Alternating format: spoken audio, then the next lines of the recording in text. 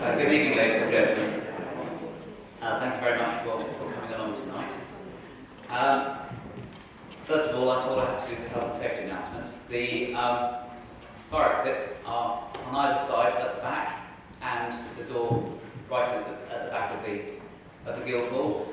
We have no fire alarm plan tonight, so if one goes off, I'll see you in the car park. My name is Simon Cook. I'm the leader of Canterbury City Council. I also have here Paul Watkins, who's the leader of Dover District Council, and Chris Wells, who is the leader of Thanet District Council.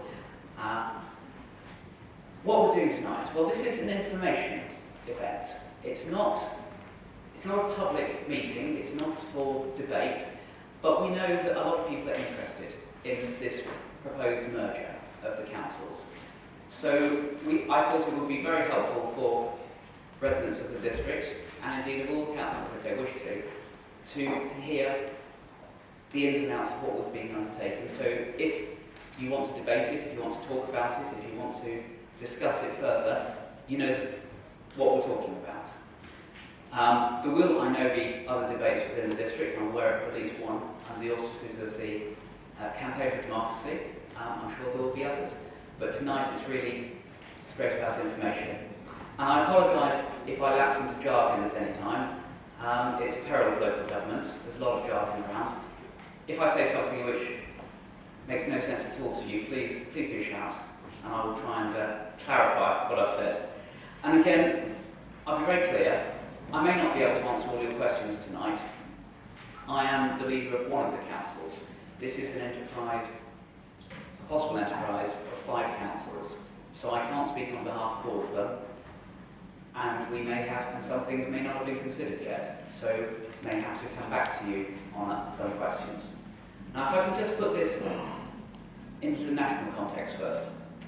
As you'll probably know, we have increasing challenges on us in local government, same across the country, increasing demand for services and less money to do it with. And by 2020, all local authorities will move to being funded by local taxation, business rates and council tax. That means that all the grant funding we get from central government will be phased out.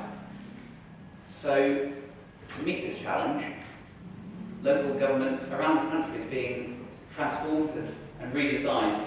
And this isn't anything new, because councils have been evolving for many, many years and changing how they operate and reconfiguring themselves. But I think this process has been energised in recent years by government policies on devolution and public sector reform. We've seen that in things like the Northern Powerhouse, the West Midlands Combined Authority, and all these other reconfigurations that are going on. And we really have the opportunity to look outside the box and come up with different ways of delivering the best services for you as our residents. And it's fair to say that councils across the country are looking at different models. We have the various combined authorities going on, particularly in the Midlands and in the north of the country.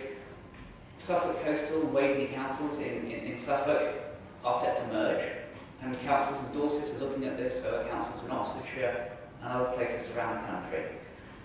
Now, the idea of merging the East Kent councils is an idea we believe is worthy of consideration.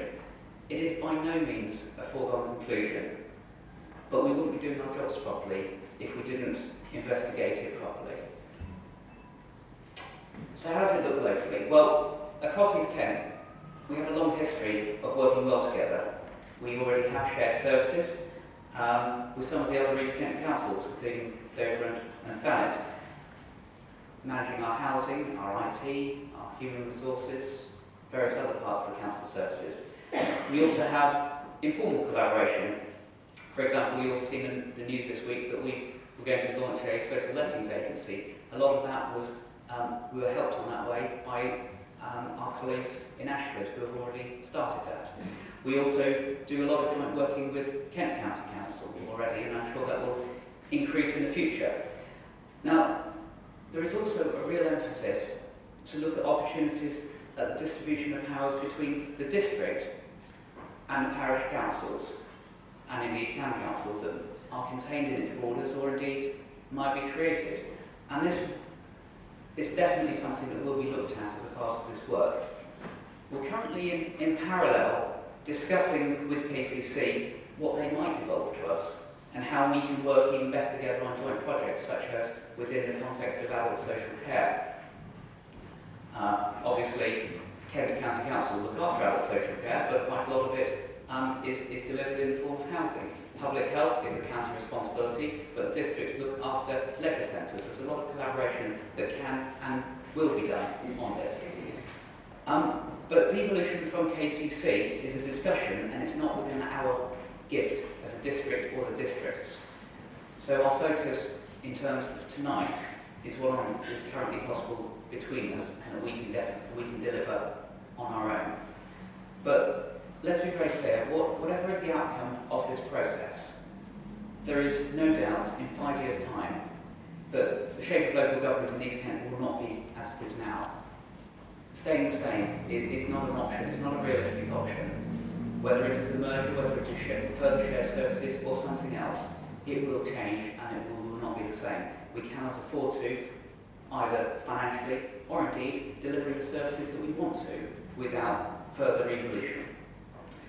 So why are we looking at this? Well, you'll have seen either tonight or previously published in the council paperwork, which I'm sure everyone reads intently, the statement of intent that was put out by the 5 councils. Now, that covers quite neatly most of the whys of it, but I'll run through them. The key issue is that we believe that East Kent is a coherent economic community. In and of itself, of course, everywhere is different. You could say that Thanet is different to Shepway, is different to Dover, but then so is Canterbury, is different to Whitstable, is different to Herne Bay, and this road is different to that road. Of course, you can't. Everywhere is local in a different way. But certainly East Kent is different to West Kent and North Kent. They all have different geographies. Our colleagues in West Kent have a community that is very much oriented towards London. In North Kent, they equally run from the London boroughs on the edge around Medway. They have very different focuses. And I think within East Kent we have shared challenges and opportunities and more commonality than might otherwise be thought. Now, one of our key targets is to deliver opportunity and prosperity for all of us in East Kent. We will be working together to enhance the economic competitiveness of the East Kent, and if we do this together, then it will be done better. We have, as a sub-region, strengths. We face Europe, which is a unique position within the country. It will allow us, if we work jointly together, to have better strategic influence over infrastructure and transport decisions. Now, of course, that's not something that would be delivered by a district council, but it can be more strategically discussed if you look at East Kent as a whole. Obviously, we in Canterbury have a great number of younger residents coming to us for the universities, but if we can grow our economy locally, we can maintain and help them stay within the district, and indeed the wider East Kent area. There's a question of achieving better social outcomes and reducing inequality. There's great deals of inequality within Kent, there's a great deal of inequality in East Kent. But there is the opportunity to improve the quality of life for all our residents, and indeed to tackle this deprivation and inequality, and indeed working together we can better coordinate our efforts to improve the health outcomes. That, of course, will not be done by a district or districts on their own, but it will be done in conjunction with colleagues at KCC, with the healthcare trusts, and with the clinical commissioning groups. One other thing of working together, of course, it will improve value for money and the consistency of services. Now, of course, if we pool our resources, it's not necessarily about cutting services, but it's allowing us to be more efficient and continue to deliver services at the level that we do at the moment. If we have a larger service, we have economies of scale, and we have resilience, so we can take risks that might be appropriate for a large council that aren't for a small council. We can look at an East Kent local plan. Now, of course, you'll all know that councils across Kent, across the country, are in the throes of working through their local plans. At the moment, we work on a district basis. There's, of course, a logic in that. But if we believe East Kent is a coherent community as a whole, better perhaps to look at developing a local plan, delivering housing across East Kent strategically, rather than looking at it on a Canterbury district, Shepway, Thanet, or wherever. And I think the key thing that we need to seize from this is to empower communities. It's all very well creating a bigger district, but we have to recognise that we need to make sure that services are delivered and decisions are taken as locally as possible. If we have a larger district, we can speak with a single and louder voice with business, communities, and indeed central government and our partners at Kent County Council. But we need to look at improving democratic representation and accountability at every level. And that means strengthening the role of town and parish councils. I know how hard towns and parish councillors work. I have 5 within my ward. I know how immense the contribution they give to the district is. But if we can allow them more powers, that they can deliver better things for their residents, decisions that should be taken more locally, then I think that is something we should definitely be trying. We can explore more commercial opportunities to income generation. That's a thing that we've been looking at in Canterbury. I know the other districts have a large, but we can all learn from each other. There are things that Canterbury does well, there are things that Ashford does well, that Dover do well, that all the districts do well. We can all learn from each other. And it allows us better service integration with our partners. And looking, as I say, that we can plan strategically across the whole of East Kent, rather than working with our own bubble. Now let me be very clear, we do of course talk. We do work jointly already, but it's easier when you're all in the same polity to achieve that. Now where are we at the moment? Well, as you all know, in the summer the 5 councils agreed a statement of intent to explore a possible merger, and we have now commissioned the preparation of a business case. That is a technical phrase, let me be very clear. It's not all about money. A business case is what central government are pleased to call it, and we use their term. It will examine the advantages and disadvantages of a merger, as well as how it might be brought to pass, if that is the decision. And this is being prepared by the Local Government Association and local partnerships. Local partnerships are a joint venture between the Local Government Association and the Treasury, so they're a completely independent entity in this. It's anticipated that they will report by the end of the year, and at the moment, councils are still discussing how the approval, or indeed disapproval, will be handled, and what the next steps would be after we receive the report. Now, if the business case provides compelling evidence that this is a good thing, it will produce the service opportunities we think it will, and the economies of scale, and then, as a result, if the councils believe that there is a case to be made for a merger, and those are 2 very big hurdles to cross, then the indicative timescale is that a new East Kent authority will be in place before the local elections in 2019. But that is as I say, some substantial hurdles to cross, and nothing at the moment is a foregone conclusion.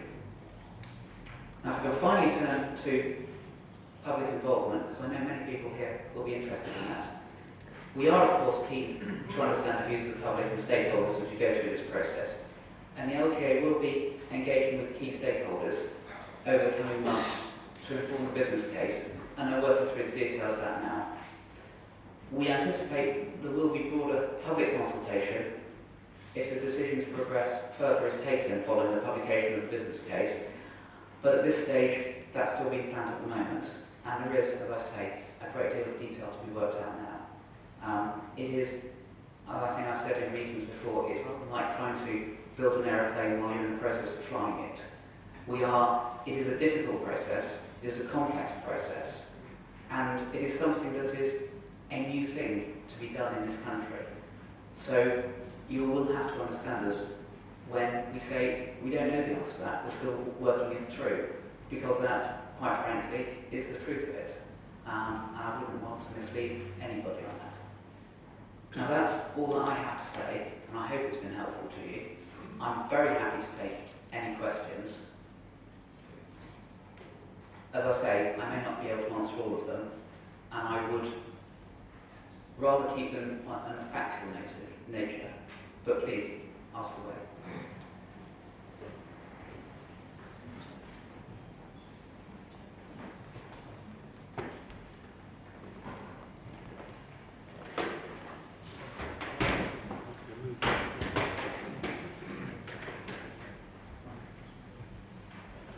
What's the difference between a merger and a single unitary authority? Well, to be quite clear, we're not. Sorry, I have to sit down so the microphone can pick me up, and I do apologise. We are not considering a unitary. Now, for those who don't know, a unitary means that you have one council that does everything, rather like a London borough, for example, where the same council does bins, it does planning, it does housing, it does education, it does social services, it does everything. That is not what we're considering. There are arguments to be made on both sides of that, but at the moment, as Bismarck said, politics is the art of the possible. And we are looking at something that is possible and deliverable now, and indeed within our power. A merged district would be a district council. It would have the same functions as the existing district in which you live. We would, as I said, alongside this, we are having conversations with our colleagues at Kent County Council about how services can be better delivered between the two tiers of local government. There are some historical anomalies which make no sense to anybody. For example, Kent County Council cut the verges, we pick the litter up on them. Well, surely it would be sensible for it to be done by one authority. These sorts of things. We hope through our discussions to resolve some of these anomalies, because frankly, it's no fun for a resident to ring me up and I have to go, well, that's Kent County Council, or they ring up at Kent County Council and he says, well, it's Canterbury, and people feel like they're being given the brush off. It is something that we need to sort out, so hopefully we can tidy up those anomalies and indeed end up with better delivery of services between the two councils. But in terms of the merger, the council that results from it will be a district council in law and indeed in function.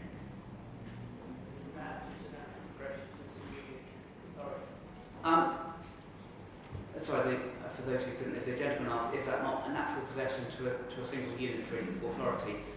I can't say.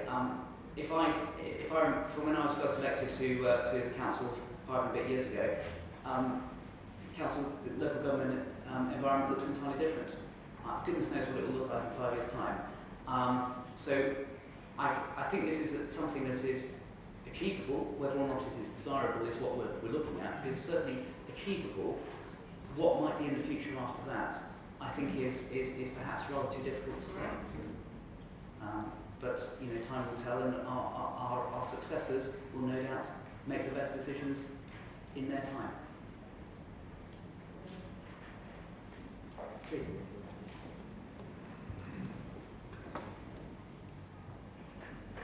Will this make any difference to our concurrent function funding? Will it make any difference to concurrent function funding? Now, this is a funding, we are delving into jargon here. This is funding that the City Council gives to parishes in order to compensate them for services delivered by the parishes that in the urban areas Canterbury City Council does, like cutting the grass in parks and that sort of thing. If the entire district were parished, then there would actually be no need for it, because everybody would be delivering, there would be no services delivered in urban Canterbury, because it would be delivered by Canterbury Town Council, or whatever it might be called. I think in terms of how much money parish councils would have, I think it should not affect them, but it might mean that concurrent function funding as such didn't happen because it would not be necessary, if that makes sense. But we will see how that shakes out. But I don't anticipate, speaking very off the cuff here, I cannot see why it would alter. Yes, of course. Can I just add to that? I mean, we are engaging with the Kent Association of Local Councils already, and meeting with their five area representatives and five district council leaders to discuss the way forward, what the parish and town council aspirations are, those areas of delivery that can be changed. One of the things that could be under consideration is some of the planning issues, where towns and parishes have considered and have taken neighbourhood planning responsibilities on. Then it would seem logical that some of the minor plan decisions could devolve down into those areas. So that's the type of thing that I think we think is open for discussion. Those areas that aren't parished, the consideration is, do you want to be? And for those that have an appetite, fine. And for those that don't want to respond, but they're already parishes and don't want the responsibilities, the option are theirs. But what we want to do is try to deal with this comprehensively. There are some issues that combined authority status further up that when we originally looked at this we considered need to be looked at, and then our relationships with county council and some of their functions and how they consider devolution takes place. So we're looking for devolution in a three-tier way, down from central government to combined authority, from a county through to a district, and down from districts into towns and parishes where they want to take those functions on. Mr. Chairman. Well, no, I can't. Thank you. Please. Thank you. You mentioned several times the economies of scale. We were ratepayers in Barrow when Bridge Council was taken over by Canterbury City, and our rates shot up, causing us severe financial difficulties, and we moved. I just want to be sure that when these reports come back to the council, they will demonstrate to the public within their district what savings there will be and how their payments will be affected for each household. Absolutely, and that is a matter of critical importance. I don't think any of, I hope I can speak for all the leaders here, saying everyone wants to be absolutely certain of what the finances would look like. And I know certain of the councils are critically, I think the level of council tax is critically important to their decision as to whether this progresses. It will be clearly laid out in the report, and it is a matter of, not concern, but really some importance to many of I think to all of the councils. And there's no question of, what is it, if we were to merge the councils and your council tax went up, that would seem to be a rather pointless thing to do. And I would hope, I can't see that we would be doing it, but to be absolutely honest, those numbers will be in the report, and that will be a considerable part of it, I have no doubt. Excuse me, who's paying for the report, and what sort of time frame are you looking at in terms of a draft, and then are you going to involve the Joe public in the making up of this report, or is it just going to be done by consultants? The report is being paid for by the 5 councils. It is being heavily subsidised by the Local Government Association and local partnerships. We have already decided to spend the money, and we're not spending anywhere near the amount of money that we had voted to spend on it. The report is anticipated by Christmas, give or take, and as I said, we are still we're still at the moment working through the issues of developing the report. Precisely what consultation comes thereafter is yet to be finalised. And as I say, is getting 5 councils to organise this is a complicated thing, because everybody has their own views on how this should be done, and finding a compromise is tricky. It will be done, and there will be certainly this will be put out later in the process, close to the time, how it will be dealt with. So are you going to involve the public in the making up of the report, or is it going to be a report that's presented by councils because that's what they think is best? As a part of the report, as I said, local partnerships will be speaking to local stakeholder groups, and that would include people like the parish councils and CAP, that would include the universities, it would include the healthcare sector, our partners at KCC and so forth. We are still working through the nature of how, as you say, public consultation might be fed into that. And I wouldn't wish to speak for anybody on that at the moment, but certainly it's not going to come out of a blue sky from behind a curtain. It will have been widely, there will be a lot of input into it, not from the councils. Hello. There is a conundrum.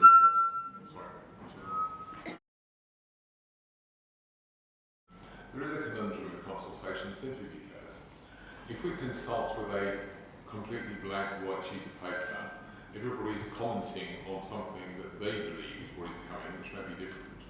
But if we produce something that seems too cut and dry, people always say, well, actually, there's only one choice here, how can we comment on it, how can we start saying alternative, whatever.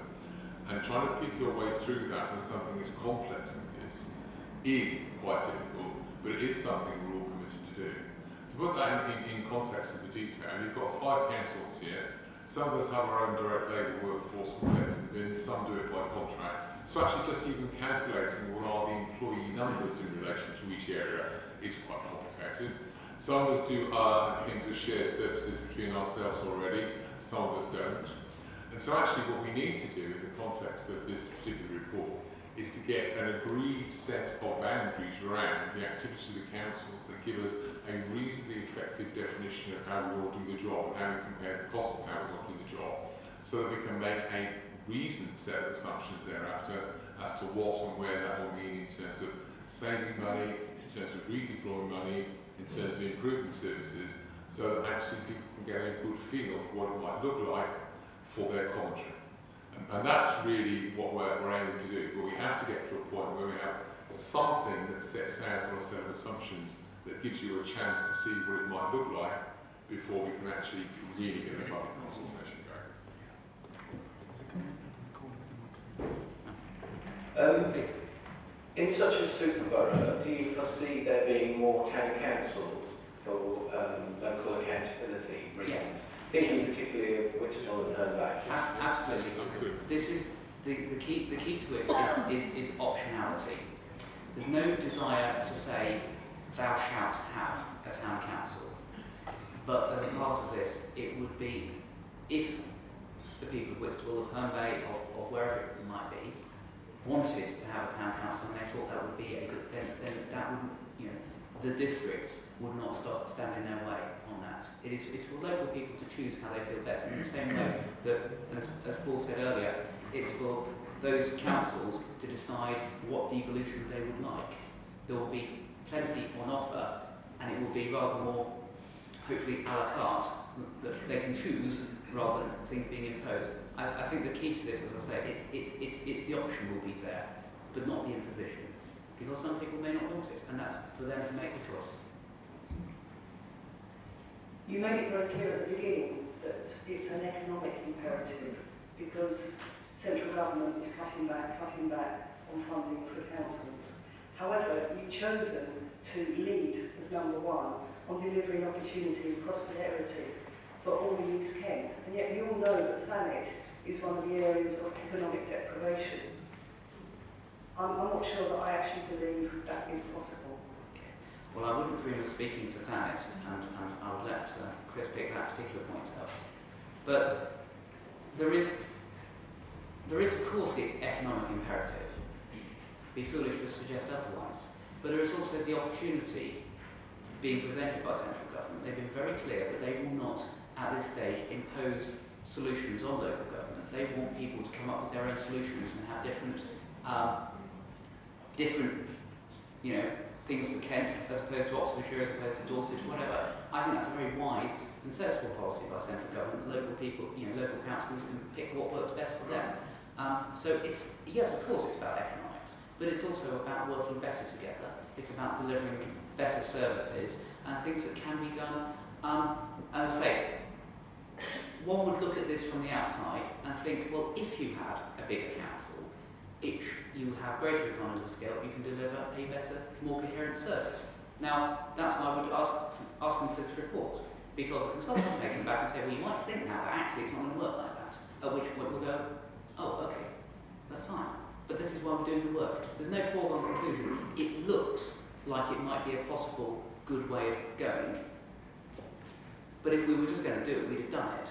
We're looking at this properly and sensibly and soberly, because it is an interesting idea that has a lot of promise, but we actually need to check whether it is the right thing to do, and that's exactly what we're doing at the moment. Prisca, do you want to pick up on the third angle or not? Okay, sure. Yes, we all have different levels of challenges, and Thanet, and I think probably parts of Dover not dissimilarly, have challenges of deprivation. And we all do our best to tackle those. I think one of the things I would say, certainly from my perspective as the current leader of Thanet Council, is that some of my predecessors haven't tackled them terribly well. And I hope we've seen a difference in the quality of decision making that's been going on there in the last 15 months. And the fact that I'm sat here talking to these colleagues, working with them cross-party, demonstrates our commitment to make that sort of working work in a way that hasn't happened before. Yes. Cool. I think just to sort of conclude on this this issue, each of the districts has its own levels of deprivation. None of the 5 districts are exempt from levels of deprivation, some just have more than others. And I think it's how we tackle them and how we deal with them that's important. And when you look at some of our partner organisations that we will be dealing with, particularly on the health agenda is probably one of the biggest ones that needs to be considered. And the sort of merge of the 5 districts virtually mirrors the geography of our health community. And it makes sense that we start talking about a coordinated way about how we deal with things on the health front. We all know the debates about hospitals. We all know the debate about getting people out of beds into the community and so on. And the same issues about housing and the appropriate housing forms that are necessary. And that's some of the reasons why we need a more coordinated approach. And our health family colleagues are telling us exactly the same. They are telling us we ought to be talking together, we ought to be planning together, we ought to be dealing with these things together. If we fragment as different organisations, I think some of those opportunities are going to be missed. There are changes in the health service that are going to be radical. If we're not part of it, and if we're fragmented away from it, I feel that we're letting our communities down.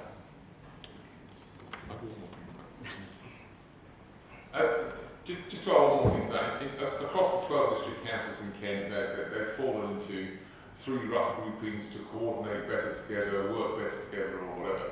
But the one thing I think I would say, and I think my colleagues would support, was in our conversations across the whole of the district and with Kent County Council, there is a greater appetite for combining public services in East Kent than I think there was in the other 2 parts of Kent.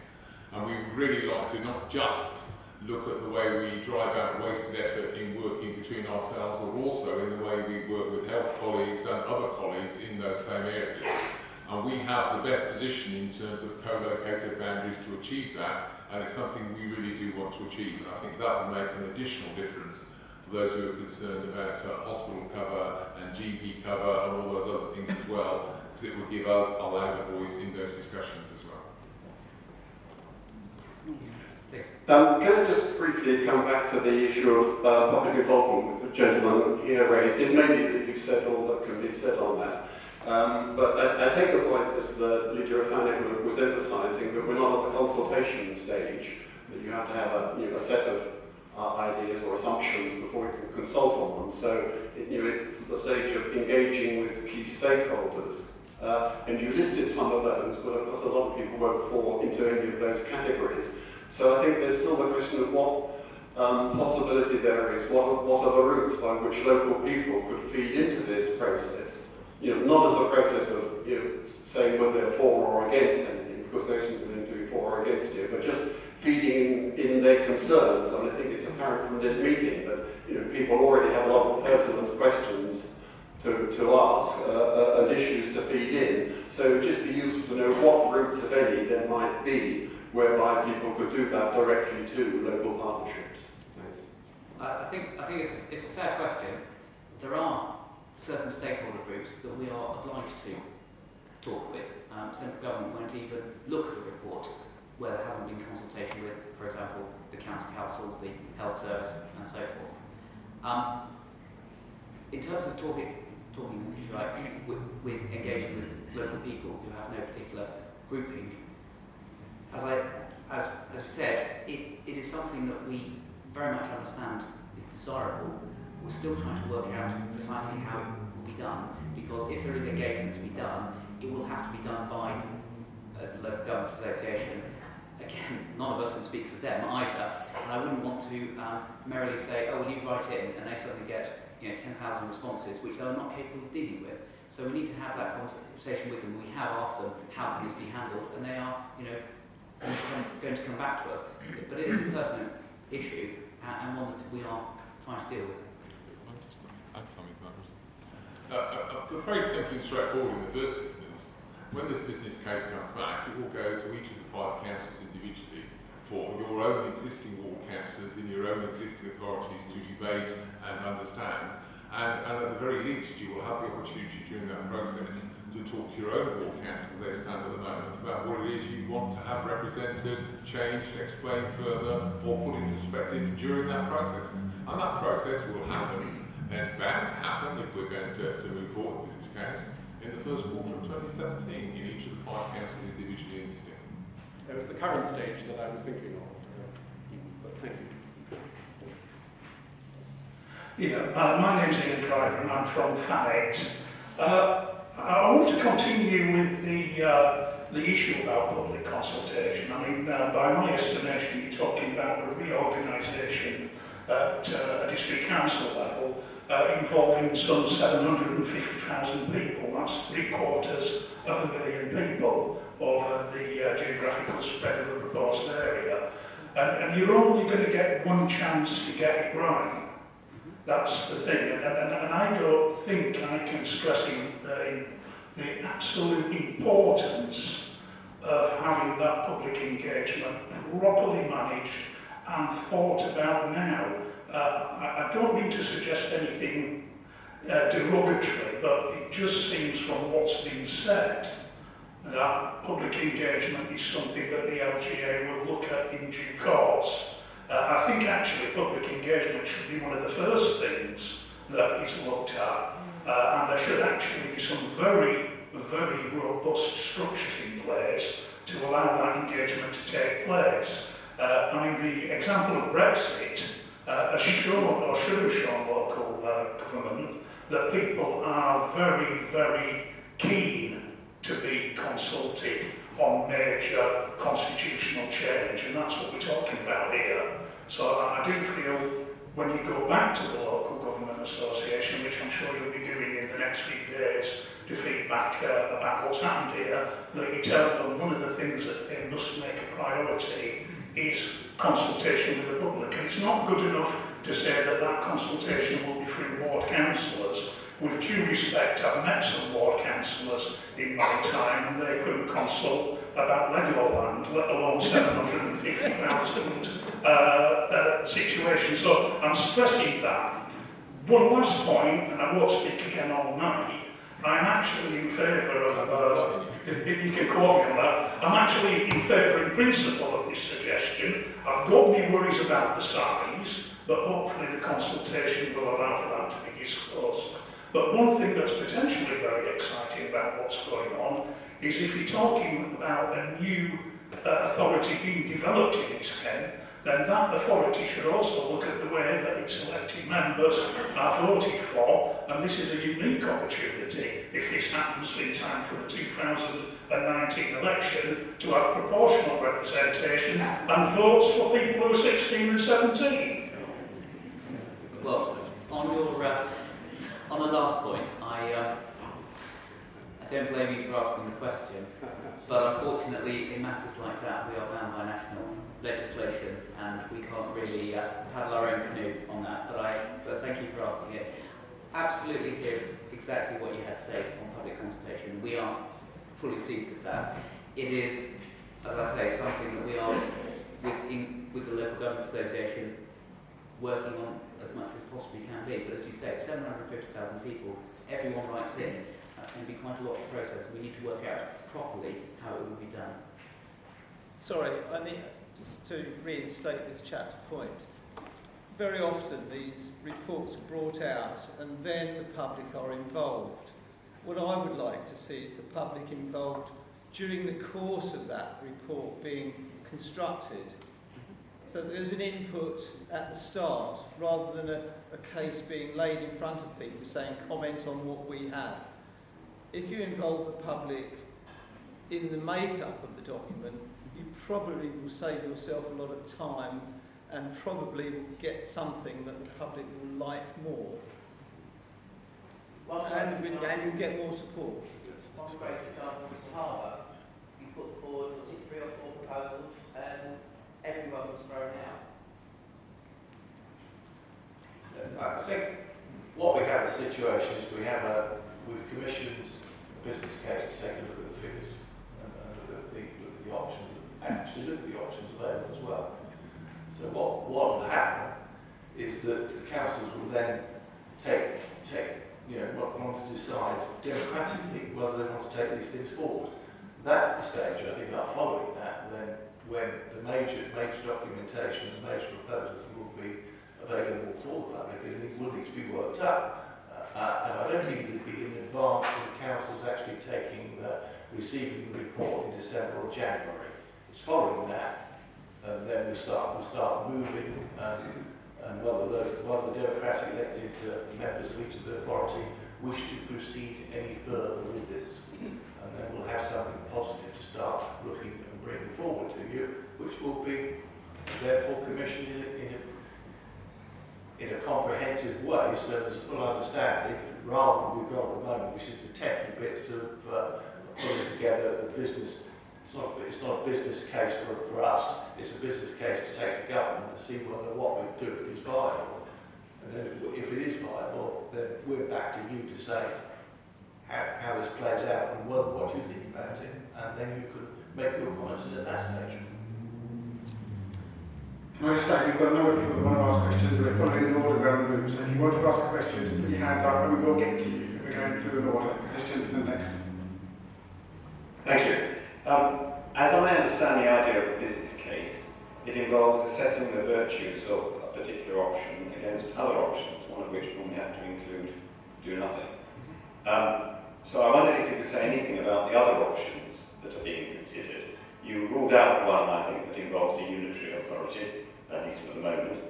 And I thought I heard you say that another was more shared services, but without a merger. If that is the case, will the criteria for assessing the options include the advantages of democratic accountability of having services provided at the same level as the elections, rather than having it filtered through shared services arrangements or authorities?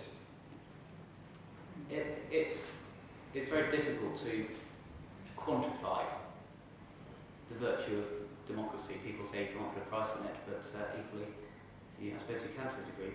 But the question of, is this the better democratic thing or is that the better thing? I think people just have their opinions, and that is that. In terms of the alternatives, local partnerships will be looking through, what if this, what if that, what if it's simply more shared services, what if it's different shapes of merger. I think that's the case that they're putting together. I think, to be brutally honest, they are going to look at a do-nothing scenario as the base case, and I think, to be brutally honest, that is not going to be tenable, because if we want to continue offering the services at the level we do, we're going to find it increasingly difficult with a smaller amount of funding. And going towards shared services, if we don't go to a merger, is almost inevitable. And there is, of course, a logic to that, because much as parts of Kent are all very different, planning is exactly the same. telling people to pick up litter, to saying everywhere you go. All these sort of things, you know, they can be done in a common way through a common body. Personally, I think there is a preference to not do things through shared services if we can get away with it, away from it, because there is, as you say, a degree of they get removed from the council, and that can reduce the opportunity for oversight. But let's see what, rather than prejudging what the report has to say, let's wait for it and see what our consultants have to say on it. Graham Birchall, also come up from Thanet. Simon, thank you very much for inviting us here this evening, and can I first congratulate you on being the first council to actually bring this to our attention, and I hope the other district councils will get around to doing the same at some stage. It does seem to me that what's really driving this is this business of saving money, back office costs, and shared services. But local government is not just all about shared services, and I'm sure you'll agree with me on that.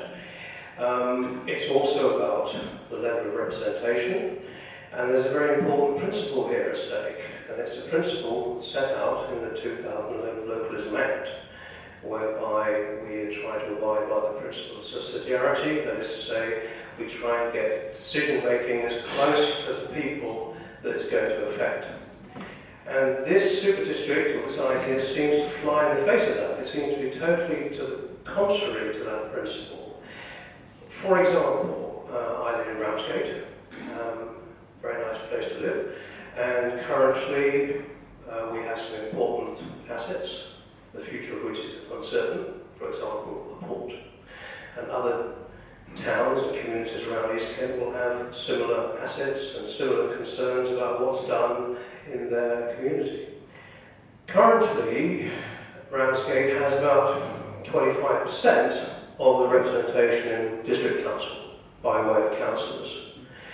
If we go to this East Kent authority, in Ramsgate, 30 to 40,000 people will now fall in representation to around about 5 or 6% of the new East Kent authority. Now, at the moment, if something's going to happen in Ramsgate, we've got a reasonable chance of getting enough support from people at Broadstairs and other parts of Thanet to get influence over those decisions. With only 5 or 6% of the councillors in an East Kent authority, we're going to have absolutely no chance of getting any kind of representation within the new council. Now, it has been suggested here tonight, I think it was Paul who suggested it, that we could delegate some powers of planning down to town councils, and I'm very pleased to hear that Whitstable might actually get a town council, because when I was a councillor there, we had no chance. And I remember shouting for one for about 4 or 5 years and being completely ignored. So that'd be a good result if we can get a town council in Whitstable. But delegating powers to town councils is also, to a certain extent, duplicating the costs that you're trying to save. So again, we seem to be in a bit of a bind here. Key important decision making needs to be made as close as possible to the communities in which they exist. Communities of 30 to 40,000 people is a lot, and we really don't want those decisions being taken by people who are elected as councillors in Ashford or Canterbury. What can you do about that? Well, I'm very glad you asked.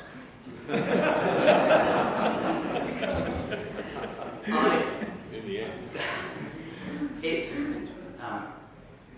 I think this is the key to the matter. And the Localism Act, indeed, as you say, talks about subsidiarity. It talks about having a decision made as locally as possible, but also the concept is that local decisions should be made at the correct level of government.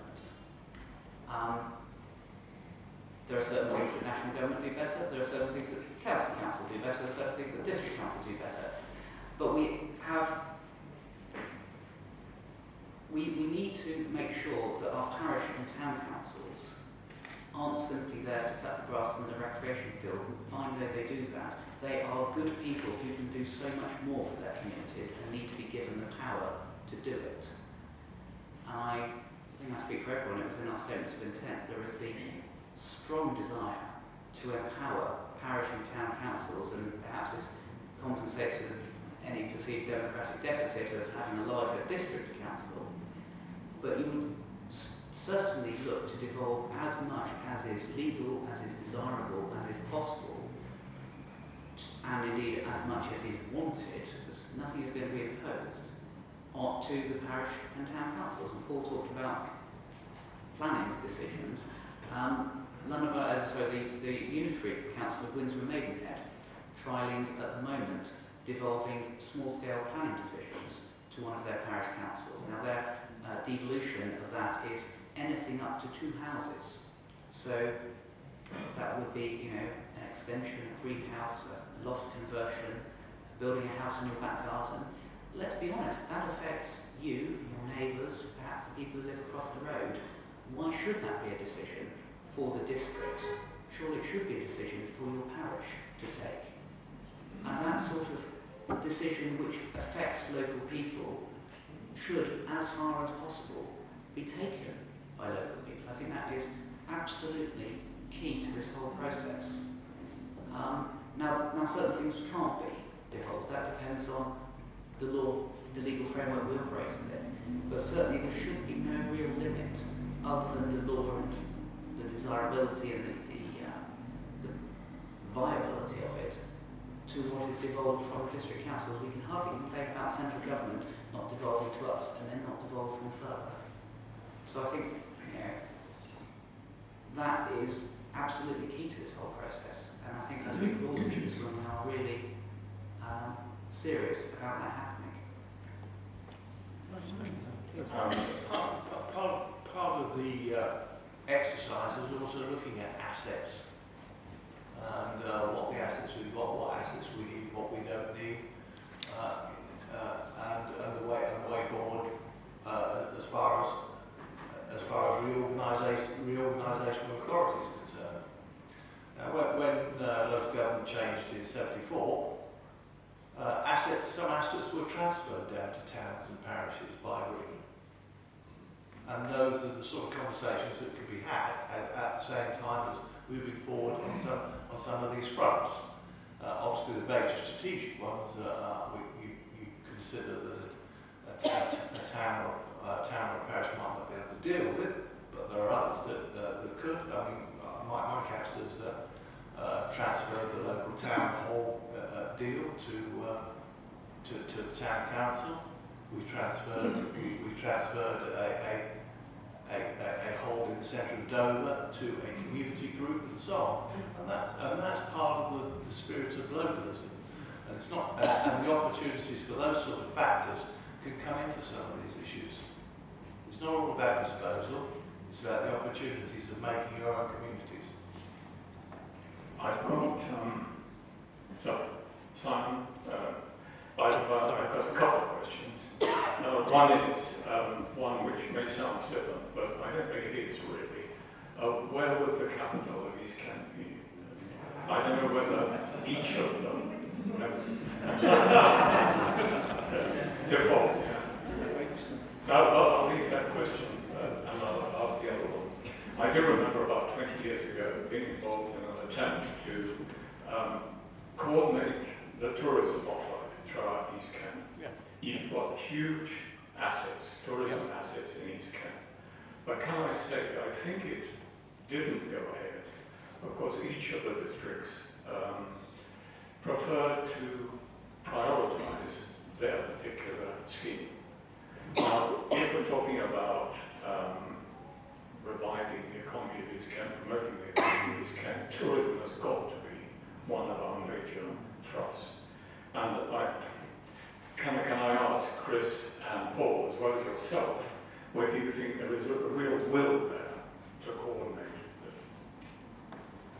In terms of things like the capital and where the council would be based and all those sort of things, the honest answer is those are details for another day, because there's no point in having what would be no doubt a fairly rancorous discussion that everybody would want their oar in. There's no point about having that discussion when we don't even know whether this is going to happen. That is, you know, let's cross that bridge when we get to it. And indeed how the civic functions would work and all these sorts of things. There's lots of issues around that. The question of working together, I think you could argue quite cogently that if you only had one council, you wouldn't have the issue of councils working in opposite directions. I think that's possibly one of the arguments for doing it. If you have one polity, it doesn't fight with itself. But I think in any case, what we have done through this process is that we are speaking, you know, we've always spoken to each other, we've always worked with each other, but I think that relationship is strengthening and is deepening, and we are working much closer, even informally, as I spoke about the work the brains we've picked at Ashford. You know, those sort of things, we didn't really quite have those relationships a few years ago. There's a developing, there's a strengthening, and we are hopefully going to continue to work together, whether it is as one council or as 5 councils in the future. I'll let Chris and Paul pick on that as well. Yeah. Okay.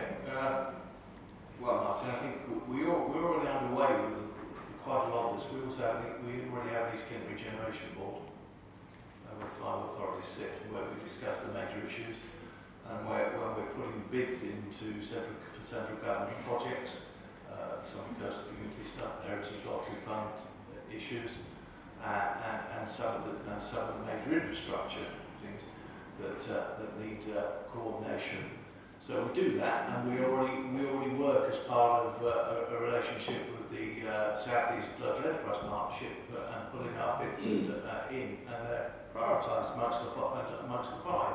And we agree with each other what are the priorities. So that format already exists. There is an East Kent Tourism Project.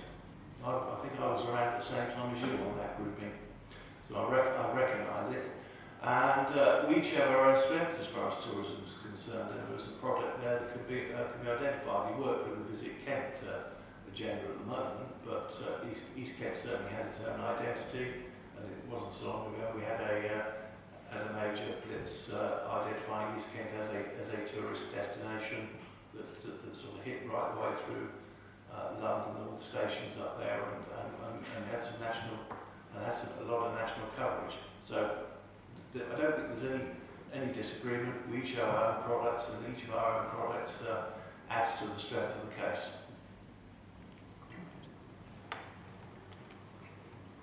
And one of the interesting things I think that's happened as a result of this is probably for the first time, leaders and chief executives of each of the 5 councils are spending rather more time together than they have done before.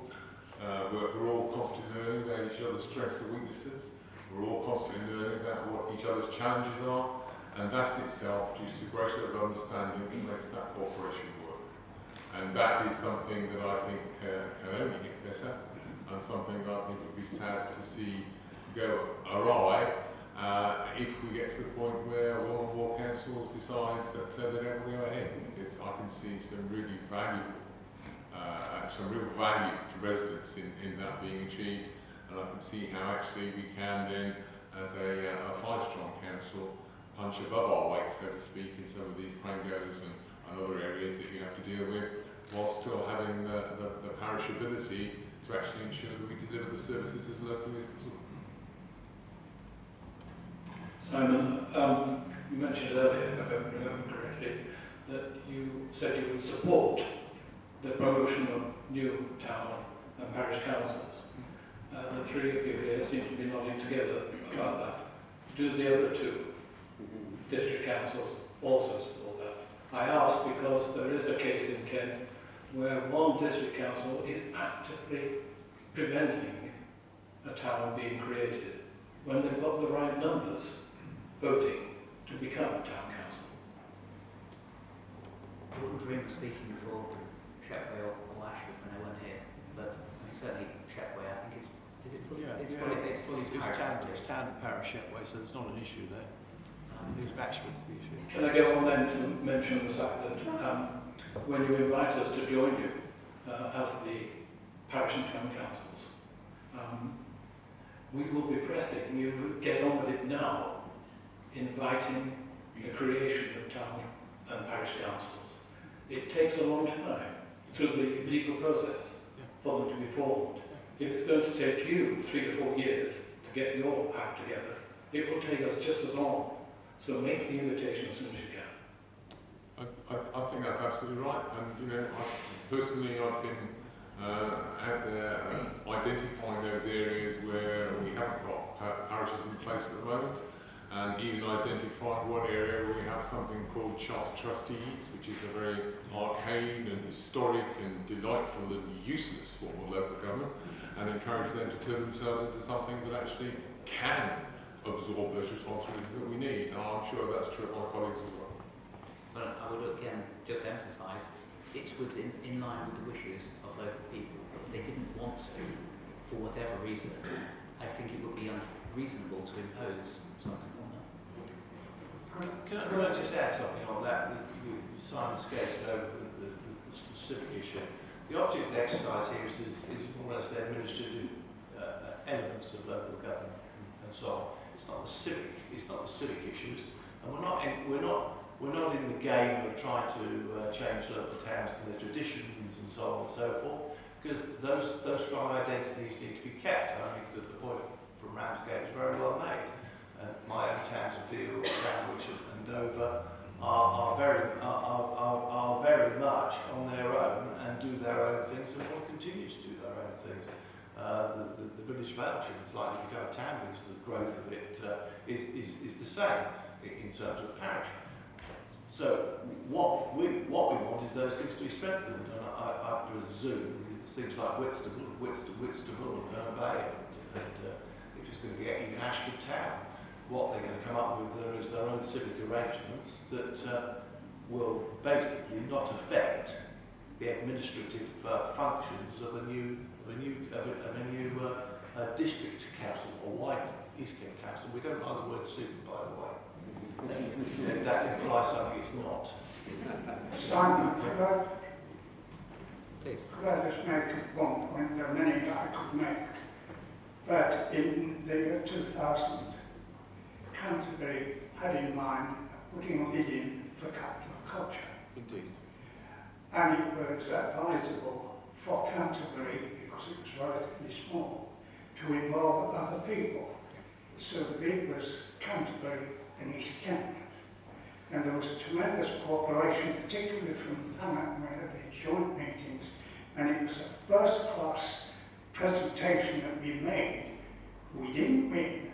We generated a lot of money from central government for cultural activities through East Kent. And I just use that as an example where the councils have combined together and made an extremely good bid out of it for the benefit of a lot of people here. Absolutely, thank you, Harry. And I mean, of course, that ultimately resulted in the Marlow, which was just celebrated its 5th birthday. So you know, it was a fantastic. And a very good case too. One could make a case for a primary area of a parish, or indeed South East England. And it's not that long ago when Cedar was in operation, which covered an area from the Isle of Wight to Oxford to our East Kent coast, and distributed huge sums of government money, and it didn't really work. I think it's a very good case and a very good model for health. Because health in East Kent, you're going to be near enough a centre of specialism, of excellence, whereas in West Kent, of course, you can be served by London. And I think tourism as well is a very good case. Somebody who comes to Canterbury Cathedral might well go to Dover Castle or to Ramsgate or some of these other wonderful places. But I'm a bit biased. I think East Kent is a good regional area. And I speak as Chief Executive of the Thanet, Dover and East Kent Chambers of Commerce. And I can see many advantages for the 3 key aspects of business, that is startups, current companies, and indeed inward investment. And I think if we can show inward investors around East Kent, show the wonderful connections we have with Europe, the fast train link right along our coast, and indeed inland to Canterbury and Ashford, we have a pretty strong case. And remember, capital has never been as liquid as it is now. People can invest the money anywhere, Wales, Scotland, the North East, they all have these strong inward investment agencies, and I think East Kent, we need it. So I would support that. Thank you very much. Let's see what oh, I'm so sorry. I'm Bob Schraub, I'm Chair of South African Community Forum. Bob Schraub, I'm Chair of South African Community Forum.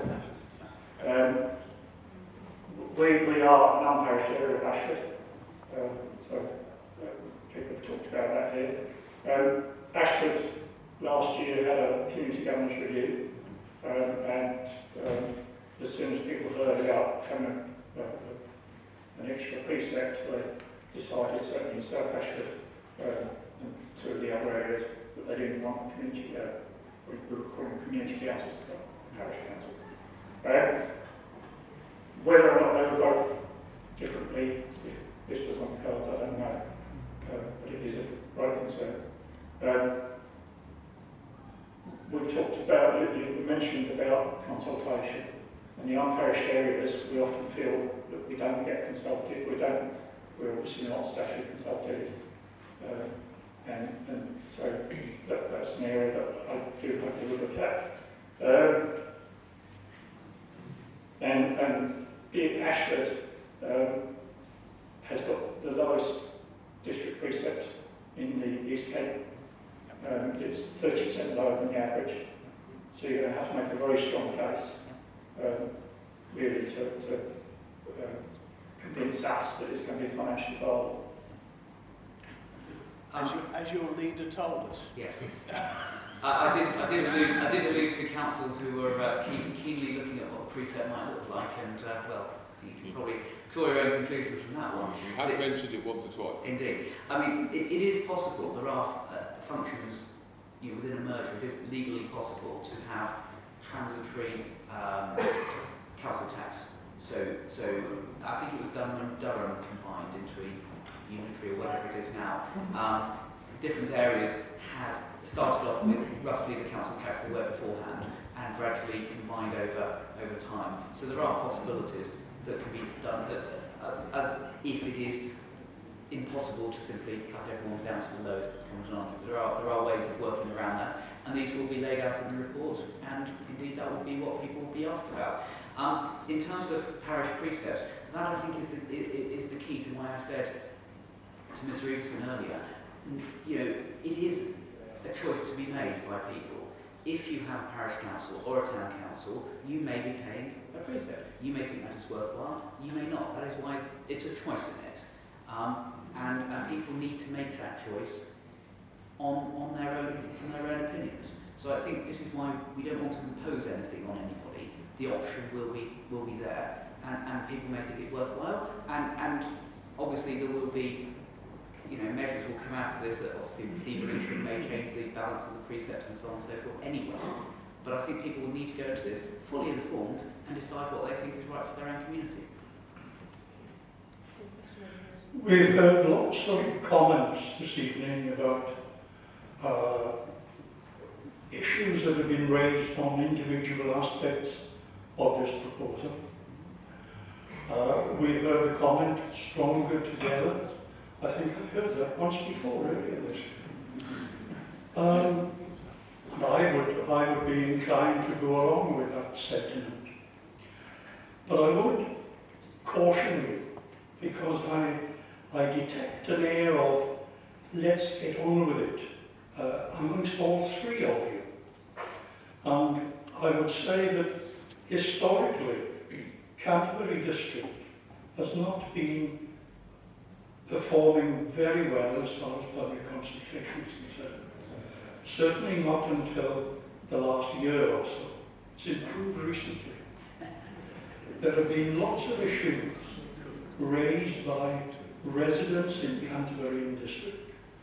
There has been a great deal of conflict with the council, and it's all down to one issue: ineffective public consultation. And I would caution you to make absolutely certain that if you want to be successful, and I hope that you are, go into this having properly determined the different methods of consultation that you are going to adopt. It's far better to carry the residents with you than to have them confront you repeatedly in the council chamber over a number of years. I entirely understand that point of view. I have to say, there is no point in doing this if it isn't working for the residents. This isn't something to do for the benefit of the councils or council. This is something to do because it will deliver a better or whatever otherwise service for residents and indeed our businesses as well and all the other stakeholders in our community. I think the question of time, it's a key one, and we're not in a hurry, but equally time is pressing. We have and as I say, it is an if we were to put this in place by 2019, we have 2.5 years. That's probably by the time all the decisions might be taken, let's call it 2 years. That's not a long period of time at all. There are possibilities within legislation if there are cases to be made for the Secretary of State to extend the elections to allow, there will be no point in having elections in 2019 when the new council will turn up in 2020. That would be daft. And it can be done so that things don't have to be done to an artificial timetable if it's just impossible. So it will be done carefully, it will be done properly if we get to that stage. But equally, we do have to understand we can't, if this to be done, we need to do it. So we are trying to do this sensibly, but equally with a sense of not urgency or haste, but certainly not hanging around, if that makes sense. But I totally take your points on public consultation.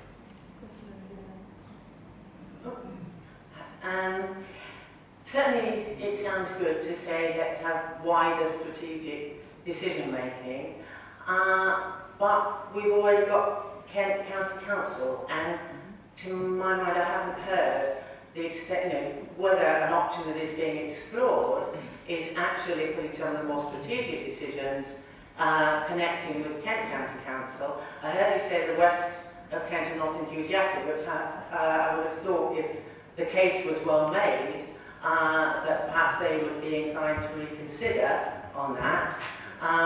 As far as, certainly, I'm also from Whitstable, and I know there's long been a desire to have a town council there because, frankly, I think places like Whitstable don't often feel well served by Canterbury. In fact, we've even got a judicial review going on into one concern at the moment.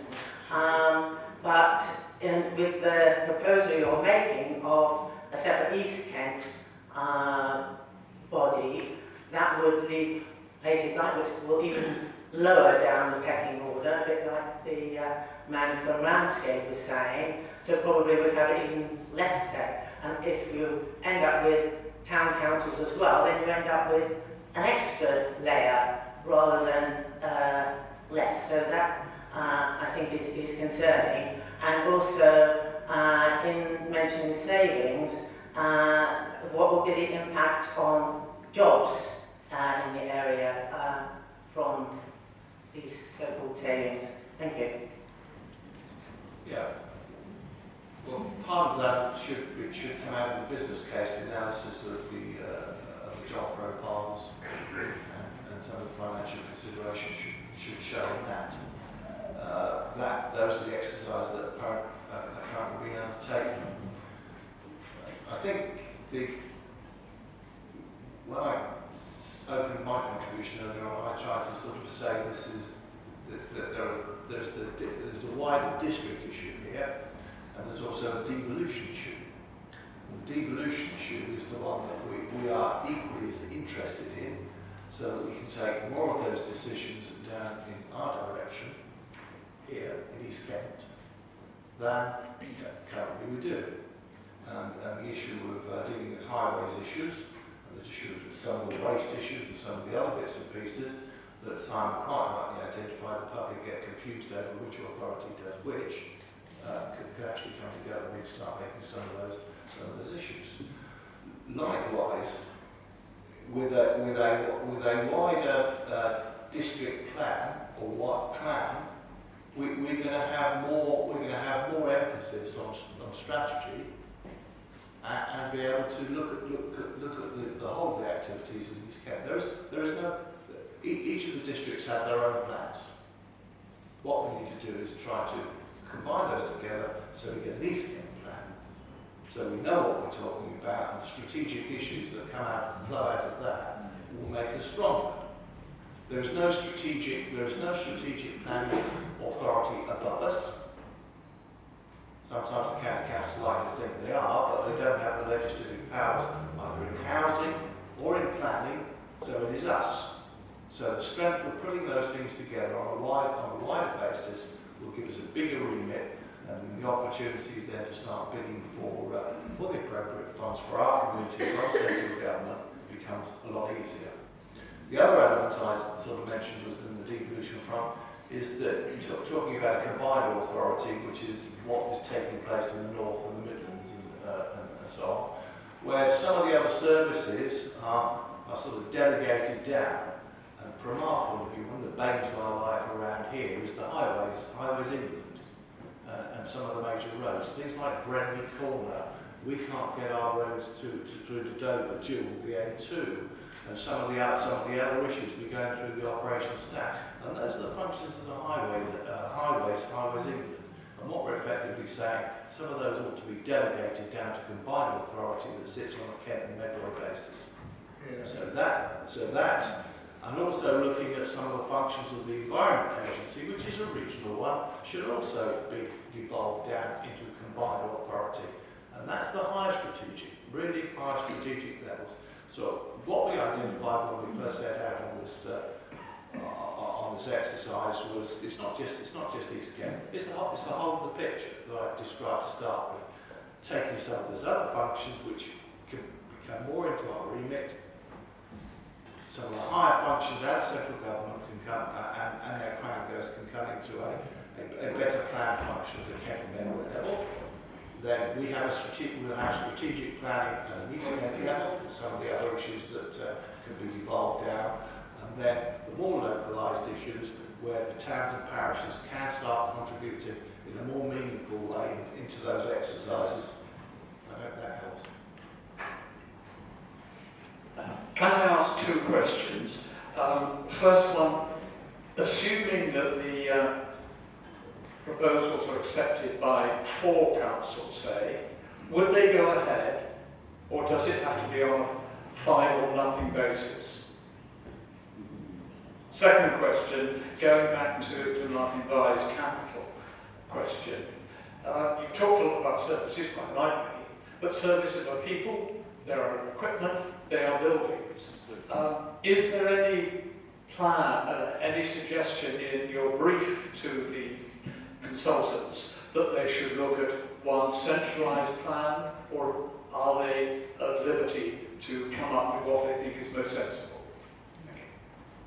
I think what we've asked them to do is come up with what they think is the most sensible. Now that may not necessarily be what transpires, but it will give a outline of how a new council might look, what the finances might look, and so forth. They've got to develop a model of some variety, because otherwise nothing makes any sense at all. Sorry, I forgot your first. What's your first point? Is it 5 or 5 or nothing? Yes, indeed. The question of it's a knotty question to which no one really has the answer, and I suspect that because nobody wants to actually address the question at the moment. It is a pertinent question, but at the moment we have 5 councils might look what the finances might look, and so forth. They've got to develop a model of some variety, because otherwise nothing makes any sense at all. Sorry, I forgot your first. What's your first point? Is it 5 or 5 or nothing? Yes, indeed. The question of it's a knotty question to which no one really has the answer, and I suspect that because nobody wants to actually address the question at the moment. It is a pertinent question, but at the moment we have 5 councils whose stated position his stated position is that they think this is an idea worthy of study, worthy of deep and serious investigation. When the report comes back, each council will take its own sovereign decision on where to go from there. And each council will do, as it wishes. But in terms of the, if 4 vote and one drops out, then what happens? To be quite candid, no, that hasn't been considered at the moment, because at the moment we don't have a report to consider. Just to conclude that, just to say that if we don't do something, someone will do it to us. And that's part of the other issue as well. If we don't prepare, someone somewhere along the line is going to say, you're going to have to do something. So we don't want a commission coming down here telling us how to do it. We prefer much to try and identify the way forward ourselves, rather than others tell us what they want politically acceptable. Brief question from a business point of view. So we've heard about residents, which is pretty important, but how business is going to be engaged, and as part of the process, are you going to be looking at how business is going to support this, or you've got Dover Harbour Board, you've got all this infrastructure needs to come into place. Are you looking at things like particular areas that can be specialists, Canterbury for digital, whatever? So I'm just wondering how that fits into the plan. I don't think it's quite a place of any tier of government to say this should, we don't want a completely planned economy. That's not what we're about at all. But I certainly think engaging with businesses will be absolutely part of the consultation. They are a stakeholder that central government have identified must be taken into account, whether it is through the chambers of commerce or the various organisations that exist. That will be for the LGA and the local partnerships to do. Obviously, each area has its own inherent strengths. Obviously, speaking about Canterbury having universities, that's a great economic driver here, and the spin-offs and talent that comes out of that. Obviously, each area already does, and I'm sure will continue to play to its own strengths. Probably organisations and sectors. Yeah. If the consultants bring back a report which suggests that yes, this is the right thing to do, it's the right way to move forward, but then through whatever means the residents of Canterbury district let you know in a very clear and a very clear majority that merger is not what they want, what will you do then? The first question. And the second question is now a time that KCC could put in a bid to create the unitary authority over us? I know you're not considering that, but is that something that Kent could do? In answer to the second question first, I am not aware that Kent are proposing such a thing, and I would not dream in the slightest of speaking for Kent County Council. I mean, there are plenty of other people in this room that could do so, but whatever, Kent County Council will behave as they see fit and think is the best course of action. I have no doubt they have the interests of all their residents at the heart, as indeed we do. But it's a possibility. I couldn't say one way or the other. In terms of the first, yes. In terms of to answer your first question, the issue of what would happen if it seemed like a good idea. I'd hate to get. I do the politicians' dodge of saying I won't deal with hypotheticals. But at the end of the day, we are here to do what we believe is best. We are elected to do what we believe is best for our residents, and to take on board their wishes, and we will see what happens. But I would rather let's wait and see what the report says and deal with it at that point. To go back to Kent County Council point, let's be quite clear. When we talk to government, we have Kent County Council with us. We often have Kent County Council as part of the conversations that we had. Some of us here were up talking to Kent County Council just last week about the areas that might result in cooperation. This is not done in isolation behind a closed door. It's done in conversation with them as well. And in exactly the same way as the point was made earlier that actually people won't be forced to go into parishes or whatever. This is a matter of cooperation. Exactly the same way the government takes the view, it has to be a matter of cooperation between the tiers of government as well. So I don't think anybody's going to suddenly start throwing their toys out of the pram and going off and doing something entirely different, because they're involved in the conversation all the way through. And to pick up the point about doing this work in conjunction with KCC, I mean, yes, we are obliged to speak with them as part of this, but honestly, we'd be idiots not to do it. Yeah, it's the right thing to do, to make sure that all our colleagues in the local government family, if to coin a phrase, are on board with what is being done. I think that is entirely the right thing to be done. Just to add to that, the other key people of our members of Parliament will be meeting our members of Parliament towards the end of the month. The 5 districts with the representative of members of Parliament from all the constituencies affected by this.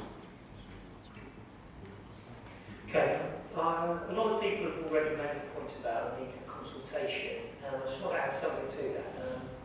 I'm looking around the room, I'm 50 something, and I reckon I'm about average age here. I think one would say plea to engage with the younger audience. There would be part of consultations, perhaps limited ways of engaging. You've got a large number of students in East Kent, particularly Canterbury, but elsewhere as well. You've got Christchurch College, Christchurch University, you've got UKC, and you've got East Kent College, large numbers of students. I think that's one group, this young 20-somethings and 30-somethings as well. They've got a big stake in this, it's their future as well, and I think it's really important that efforts are made to engage with those people. Particularly that student population, they feel they've got a stake in the community, perhaps a lot more of them would stay in East Kent. We need those graduates, we need skills. Skill levels in East Kent are very low, they're below the national average, certainly below the South East average, and we need a lot more of those skills, so engage the young, please. Speaking as a young person, I'm afraid I just missed your 30-something gap by 6 months. I'm devastated, frankly, but no, you are absolutely right. And we need to make sure that they, and it's not a they, them and us, the whole community is engaged in that, in this process. There will certainly be insight to be gained from talking to the education section. I'm sure the LGA will not simply talk to the top tier of the universities. I would hope that they would be speaking to the student union officers in the same way, because that's an important insight as well. But absolutely, when we come to the report and whatever the form the consultation takes in the new year, it absolutely has got to involve all sections of the community, not just the people who have the freedom to come out on a Thursday night, but the people who don't, whether that's because they have young children that are looking after, or they've got better places to be, or whatever it might be. We need to make sure everybody is involved in this, because this council is representative of everyone.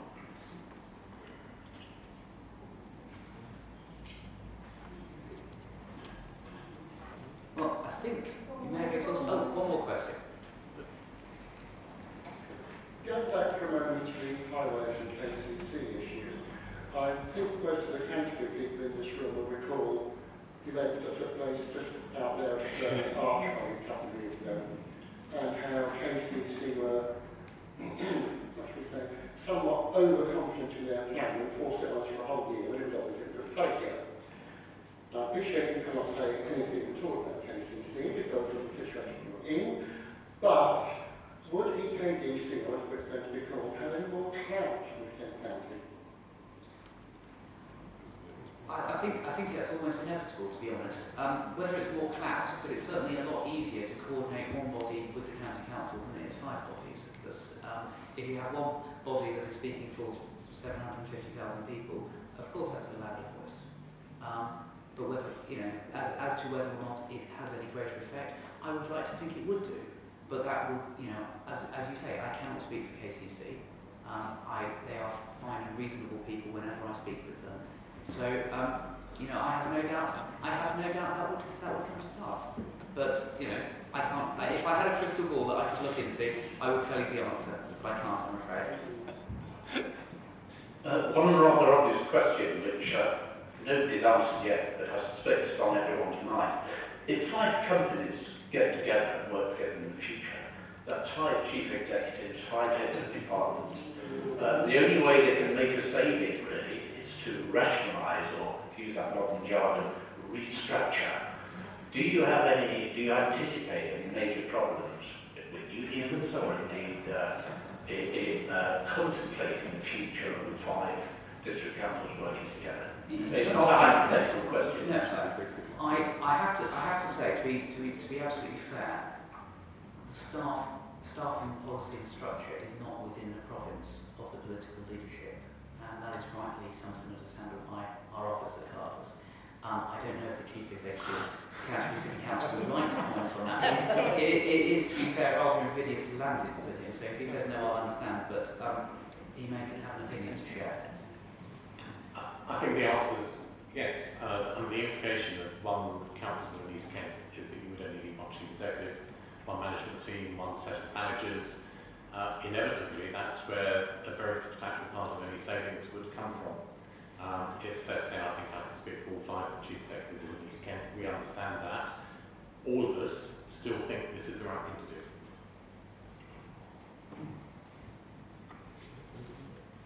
And on that note, well, thank you very much for giving up your evening and coming along. And if you have further questions and you walk out the door and wish you'd asked, please feel free to drop us an email.